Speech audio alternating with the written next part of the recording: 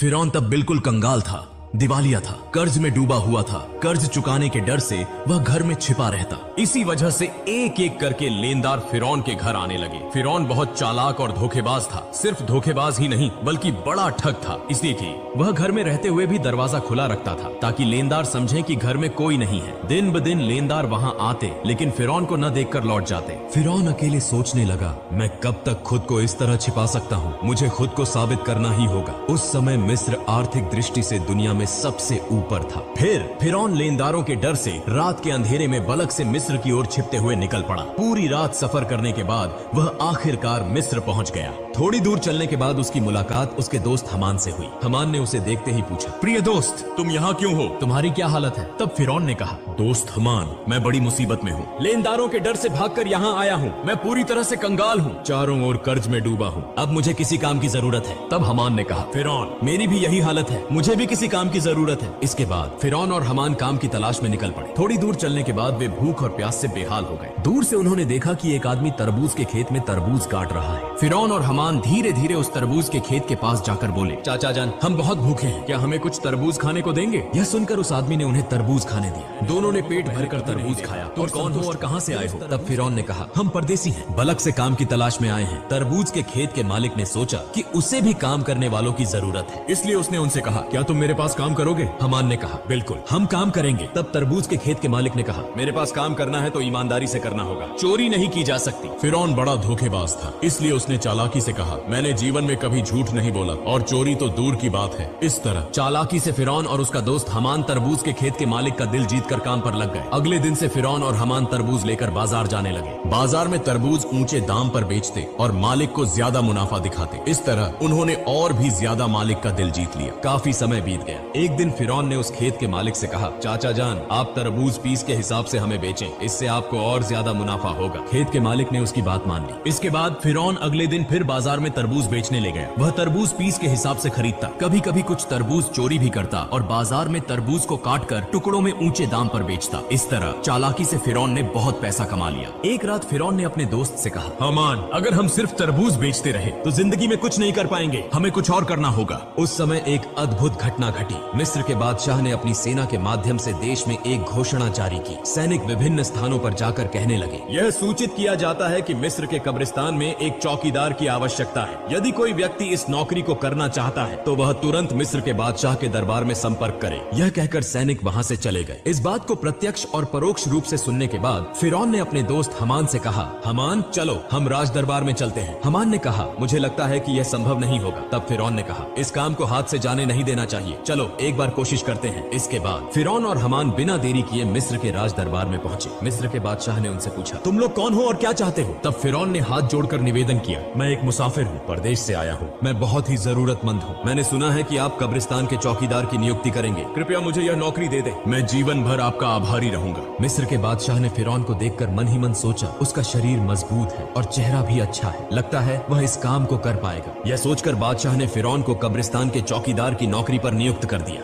अगले दिन से फिरौन मिस्र के कब्रिस्तान में चौकीदारी का काम करने लगा। दिन रात वह कब्रिस्तान के गेट पर खड़ा रहता। पास ही एक छोटे से कमरे में उसका दोस्त हमान और वह दोनों साथ रहते थे। एक रात कुछ लोग एक मृत शरीर को दफनाने के लिए आए, लेकिन फिरौन ने उन्हें रोक दिया। उसने उन्हें कब्रिस्तान में प्रवेश नहीं करने दिया। तब उन्होंने पूछा, मामला क्या है? आप हमें लाश दफनाने से क्यों रोक रहे हैं? दरअसल फिरौन बड़ा धोखेबाज और ठग था। उसने चालाकी से कहा, क्या आप नहीं जानते, मिस्र के बादशाह ने नया कानून बनाया है, अगर किसी को लाश दफनानी है तो उसे एक सोने का सिक्का देना होगा। उन लोगों ने फिरौन की बात पर विश्वास कर लिया और उसे एक सिक्का देकर लाश को दफना दिया। इस तरह यह खबर फैल गई कि लाश को दफनाने के लिए एक सोने का सिक्का देना जरूरी है। इसी तरह फिरौन धोखाधड़ी करके बहुत पैसा कमाने लगा। उस समय एक अजीब घटना घटी। मिस्र में अल्लाह का कहर शुरू हो गया। चारों ओर कॉलरा और चेचक की बीमारी से बड़ी संख्या में लोग मरने लगे। कुछ लोग लाश को दफनाने के लिए कब्रिस्तान आए। तब फिरौन ने और भी चालाकी से कहा, मिस्र के बादशाह ने नया कानून बनाया है, अगर कोई व्यक्ति कॉलरा या चेचक से मरता है तो उसे 2 सोने के सिक्के देकर ही इस कब्रिस्तान में दफनाया जाएगा। फिरौन ने धोखाधड़ी से सभी से सोने के सिक्के लेकर बहुत सारा पैसा कमा लिया। इस तरह पूरा साल बीत गया। इसके बाद फिरौन ने अपने दोस्त से कहा, हमान देखो, मैंने 2 बोरियां पैसे कमा लिए हैं, लेकिन अब ये पैसे हमें मिस्र के बादशाह के पास ले जाने होंगे। यह सुनकर हमान चौंक गया। उसने कहा, फिरौन, क्या तुम्हारा दिमाग खराब हो गया है? तुमने पैसे कमाने के लिए इतनी मेहनत की, सबको धोखा दिया, और अब आखिर में ये पैसे बादशाह को देने जा रहे हो। फिरौन ने कहा, हमान धैर्य रखो, मेरी चालाकी धीरे धीरे सामने आएगी। इसके बाद बिना देर किए अगले दिन फिरौन और हमान 2 बोरियां सोने के सिक्कों की लेकर मिस्र के बादशाह के दरबार में पहुंच गए। मिस्र के बादशाह ने उनसे पूछा, क्या बात है, तुम लोग बोरियां लेकर राज दरबार में क्यों आए हो? तब फिरौन ने कहा, जहां पनाह, मैं 2 बोरियां सोने के सिक्कों के साथ आया हूँ। यह सुनकर बादशाह के मंत्री ने उन्हें डांटते हुए कहा, तुम्हारी हिम्मत कैसे हुई कि तुम मिस्र के बादशाह के सामने खड़े होकर पैसों का घमंड दिखाओ? तब मिस्र के बादशाह ने पूछा, इतने सारे सोने के सिक्के तुम्हें कहाँ से मिले और तुम इसे यहाँ क्यों लाए हो? तब फिरौन ने कहा, जहाँ पनाह, जो लोग मृत लाश को दफनाने आते थे उनसे मैं 1 सोने का सिक्का लेता था। इसके अलावा इसमें मेरी तनख्वाह के पैसे भी शामिल हैं। मेरा असली मकसद यह है कि मिस्र में पिछले 2 साल से जो गरीब लोग कर नहीं चुका पाए, उनकी ओर से मैं ये सोने के सिक्के आपको दे रहा हूँ। कृपया उनकी कर माफी कर दीजिए। यह सुनकर वहाँ मौजूद सभी लोग हैरान रह गए। मिस्र के बादशाह उसके इस कार्य से प्रभावित हुए और उस पर विशेष ध्यान देने लगे। अगले दिन से पूरे मिस्र में यह खबर फैल गई कि एक कब्रिस्तान का चौकीदार ने मिस्र के गरीब लोगों का 2 साल का कर चुका दिया है। पूरे मिस्र के लोग कहने लगे, इतना अच्छा इंसान पूरे मिस्र में दूसरा कोई नहीं हो सकता। अगर यह व्यक्ति हमारे देश का बादशाह होता तो हम कितने सुखी होते। इसी तरह पहले मिस्र के बादशाह और फिर मिस्र के लोगों का दिल जीत लिया। इसके बाद काफी समय बीत गया। एक दिन मिस्र के बादशाह का वृद्धावस्था के कारण निधन हो गया। इसके बाद चारों तरफ चिंता फैल गई कि दूसरा रमेसेस मिस्र का बादशाह कौन होगा। कुछ दिनों बाद राज दरबार में एक आपातकालीन बैठक बुलाई गई। वहाँ मौजूद विद्वानों में से एक ने कहा, इस तरह मिस्र के बादशाह का सिंहासन खाली नहीं रखा जा सकता। मिस्र का अगला बादशाह कौन होगा, इस पर सब चर्चा करें। तब वहाँ मौजूद एक व्यक्ति ने कहा, हुजूर, हमें लगता है कि जो लड़का वह बहुत अच्छा है और जनता का भी ख्याल रखता है। हमें लगता है कि उसे ही बादशाह बनाया जाना चाहिए। तब वह विद्वान व्यक्ति बोला, ठीक है, तो ऐसा ही हो। सबकी सहमति से फिरौन मिस्र का बादशाह बन गया। जो व्यक्ति एक दिन तरबूज बेचता था, जो कभी कब्रिस्तान का चौकीदार था, आज भाग्य के पलटने से वह पूरे मिस्र का बादशाह बन गया। असल में फिरौन कितना घटिया इंसान था, यह किसी को मालूम नहीं था। इधर फिरौन के मिस्र का बादशाह बनने के बाद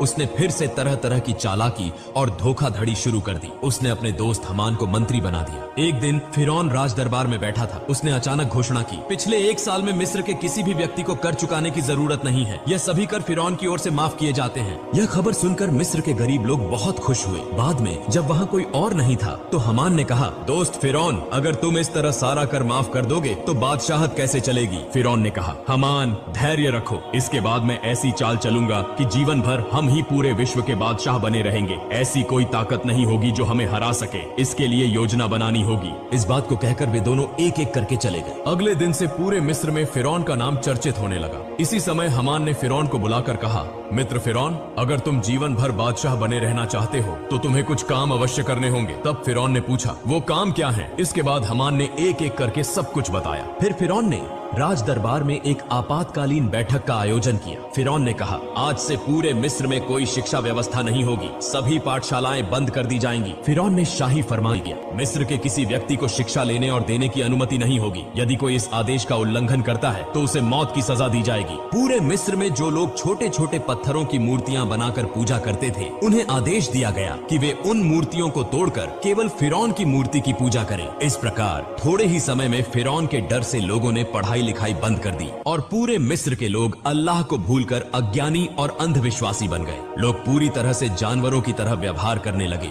इसके बाद फिरौन अत्यधिक घमंडी हो गया। वह खुद को इतना बड़ा मानने लगा कि अहंकार से भरकर खुद को खुदा घोषित कर दिया। दिन ब दिन जनता पर कर की मात्रा बढ़ा दी। अन्याय और अत्याचार बढ़ने लगे। फिरौन ने पूरे मिस्र पर अकेले शासन करना शुरू कर दिया। ब्याज, रिश्वत, व्यभिचार और अनैतिकता की घटनाएं बढ़ने लगी। संक्षेप में फिरौन बनी इसराइल के लोगों को अपमानित और अत्याचार करने लगा। सिर्फ आसिया को छोड़कर कोई भी फिरौन के अपमान और अत्याचार से बच नहीं पाता था, क्योंकि आसिया उस समय की सबसे सुंदर, गुणवान और धार्मिक महिला थी। इसीलिए कई साल बाद फिरौन ने आसिया को अपनी बीवी के रूप में स्वीकार किया। एक दिन आसिया अपने कक्ष में बैठी हुई थी। वह मन ही मन सोच रही थी, जिस तरह मेरे शौहर फिरौन देश की जनता पर अन्याय कर रहे हैं और खुद को खुदा कह रहे हैं, इससे वे न केवल अल्लाह के गुस्से के शिकार होंगे बल्कि पूरे देश को भी बर्बाद कर देंगे। उसी समय फिरौन उस कक्ष में प्रवेश करते हुए बोला, आसिया, तुम इतनी चिंतित क्यों दिख रही हो? तब आसिया ने कहा, प्रिय शौहर, आप यह तो जानते ही हैं कि यह धरती,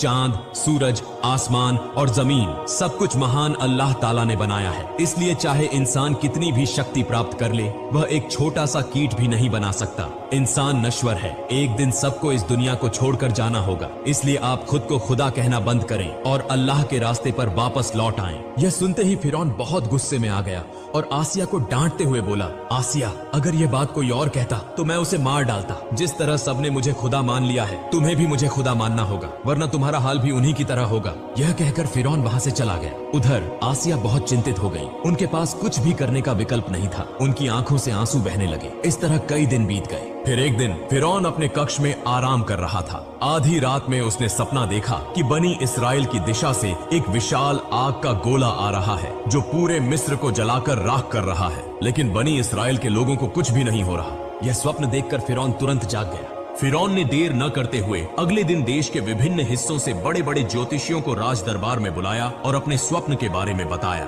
फिरौन के इस स्वप्न का ताबीर करते हुए ज्योतिषियों में से एक ने कहा, जहां पना, आप नाराज न हो, भविष्य में हम आपकी मृत्यु देखते हैं। आप बहुत अधिक समय तक मिस्र के बादशाह नहीं रह पाएंगे। आपकी शक्ति पूरी तरह नष्ट हो जाएगी। यह सुनकर फिरौन बहुत गुस्से में आ गया और ज्योतिषी को डांटते हुए बोला, क्या कह रहे हो? मुझे शक्ति से बेदखल करने वाली कोई ताकत है क्या? तब ज्योतिषी ने कहा, बनी इस्राएल में से एक लड़का जिसका नाम मूसा है आपकी शक्ति समाप्त कर देगा। यह कहकर वे वहां से चले गए। कुछ दिन बाद फिरौन ने हमान से कहा, मिस्र के हर घर में यदि कोई लड़का बच्चा हो तो तुम अपनी सेना लेकर उसे मार डालो। फिरौन के आदेश पर हमान अपनी सेना के साथ मिस्र के हर घर में घुसकर बेटों को मारने लगा। तफसीरकारों के अनुसार इस तरह लगभग 80,000 बेटों की हत्या करने के बाद फिरौन ने फिर से मिस्र के सबसे बड़े ज्योतिषियों को गणना करने के लिए बुलाया। फिर ज्योतिषियों ने कहा, जहां पना, हम गणना करके देख रहे हैं, आपके द्वारा मारे गए लड़कों में मूसा नामक लड़का नहीं है। फिरौन ने कहा, अच्छे से गणना करो। इस बार ज्योतिषियों ने कहा, जहां पना, हम गणना करके देख रहे हैं, चाहे आप उसे मारने की कितनी भी कोशिश करें, आप उसे मार नहीं सकते। मूसा नामक यह लड़का आपकी शक्ति को नष्ट कर देगा और वह लड़का अब बच्चा है। यह सुनते ही फिरौन और गुस्से में आ गया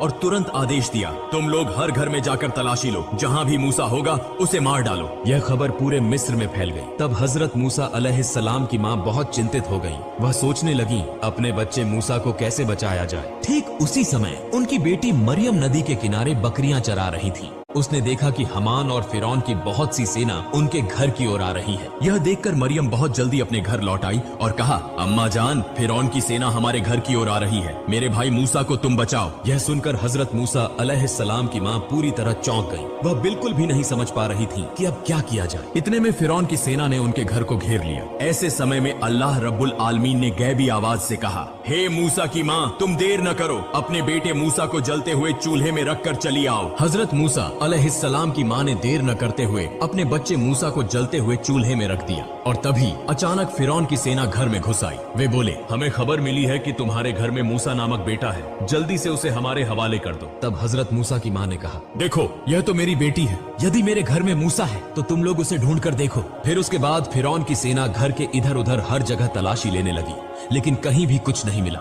आखिरकार वे सभी वहां से चले गए। फिर हजरत मूसा अलैहिस्सलाम की माँ रोते रोते उस जलते हुए चूल्हे के पास गईं और देखा कि हजरत मूसा अलैहिस्सलाम जीवित हैं और उसी जलते हुए आग में खेल रहे हैं। अल्लाह की कृपा से हजरत मूसा अलैहिस्सलाम का एक बाल भी आग में नहीं जल गया। तब हजरत मूसा अलैहिस्सलाम की माँ ने अल्लाह का शुक्र अदा किया और कहा, हे अल्लाह, तुम सभी शक्तियों के मालिक हो, तुम्हारी सारी प्रशंसा है। अल्लाह, तुमने मेरे बेटे मूसा को बचाया। इसके बाद हजरत मूसा अलैहिस्सलाम की माँ ने उसी रात एक सपना देखा। अल्लाह रब्बुल आलमीन कह रहे थे, तुम एक लकड़ी का संदूक तैयार करो और हजरत मूसा अलैहिस्सलाम को उस संदूक में रखकर नील नदी में बहा दो। इस बीच अल्लाह रब्बुल आलमीन ने हजरत जिब्राइल अलैहिस्सलाम को बुलाया और कहा, हे जिब्राइल, तुम जाओ और मूसा अलैहिस्सलाम की माँ की मदद करो। यह आदेश पाकर हजरत जिब्राइल अलैहिस्सलाम मूसा नबी के घर की ओर चल पड़े। सुबह हजरत मूसा अलैहिस्सलाम की माँ अपने घर के सामने बहुत चिंता में बैठी हुई थी। उसी समय देखा कि एक दरवेश उनके घर आया।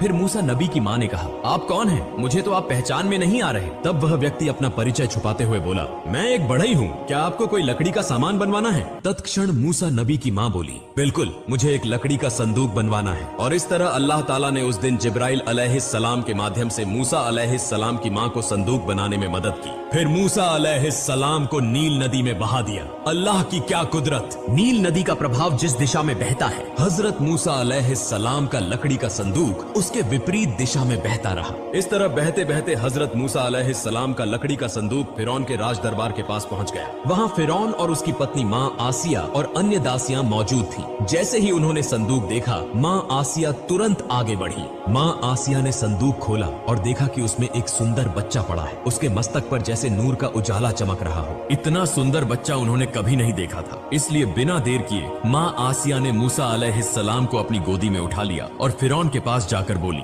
देखिए कितना सुंदर बच्चा, इस बच्चे को मैं पालूंगी। यह सुनकर फिरौन ने कहा, नहीं, यह बच्चा शायद हमारा दुश्मन होगा। यह जरूर बनी इसराइल में से कोई बच्चा होगा। इसे मैं मार डालूंगा। तब माँ आसिया ने कहा, क्या कह रहे हैं? अगर यह बनी इसराइल का कोई बच्चा होता तो यह नदी के बहाव में उलटी दिशा में कैसे आया? इसे तो उस दिशा में जाना चाहिए था। यह तर्क सुनकर फिरौन ने कुछ नहीं कहा, बस इतना कहा, ठीक है, तुम इस बच्चे को पाल सकती हो। फिर माँ आसिया हजरत मूसा अलैहिस्सलाम को लेकर राज दरबार में प्रवेश कर गई। जब फिरौन ने मूसा अलैहिस्सलाम को अपनी गोदी में उठाया और उसे अपने बेटे की तरह प्यार करने के लिए, चूमने के लिए आगे बढ़े, उसी समय हजरत जिब्राइल अलैहिस्सलाम ने अल्लाह के आदेश पर उस छोटे से बच्चे के हाथ से इतनी जोर से फिरौन को थप्पड़ मारा कि राज दरबार कांप उठा।